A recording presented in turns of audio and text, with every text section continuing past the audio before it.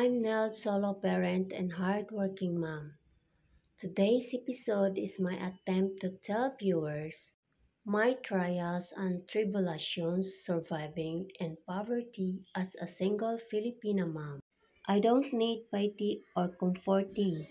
I don't enjoy poverty, but I don't enjoy my kids and working hard for their welfare and well-being.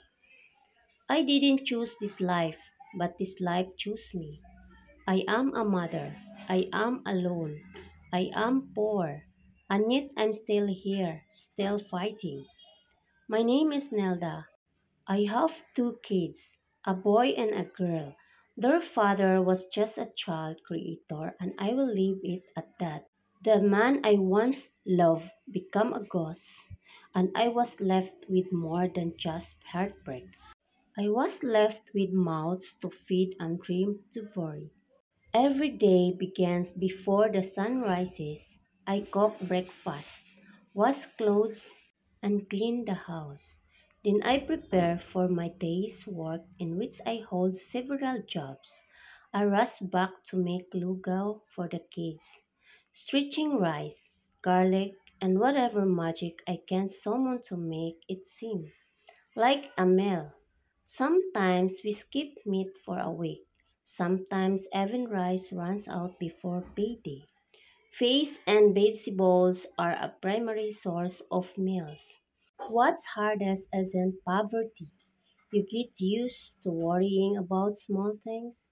Meals and survival day to day. What's hardest is pretending you're okay for your kids. Smiling through your inner pain. Telling them you're full when you're not. Telling them school is more important than new slippers when you know their toes are already picking through holes. There were days I considered giving them away to relatives, to someone who could keep them better. But it's time I look into their eyes and realize no one will love them the way I do. Even if I'm poor, even if I'm tired.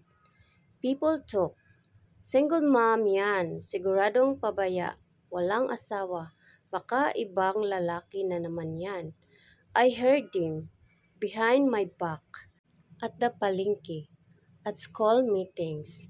They think I'm trust just because I raise kids alone. But what they don't see is that I've sacrificed more than they'll ever understand. I've torn down men offering money for favors. I've worked through fever and fatigue.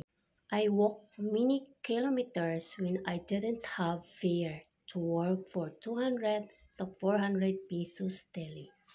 My kids must have their school needs and supplies no matter what my concerns are. I have cried on rooftops, in the bathroom, even in churches, asking God, bakit ganito?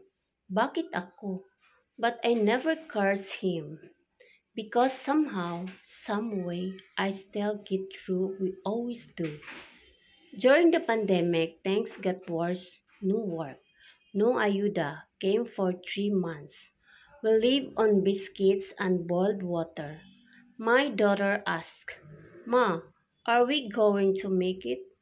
And that broke me because I didn't know the answer. But this is also where I found my strength. See, poverty didn't destroy me, it refined me. It made me resourceful, fierce, honest. I became the kind of woman who can carry sacks of rice and still braid her daughter's hair. I became both father and mother. And today, even though we still struggle, I celebrate small wins.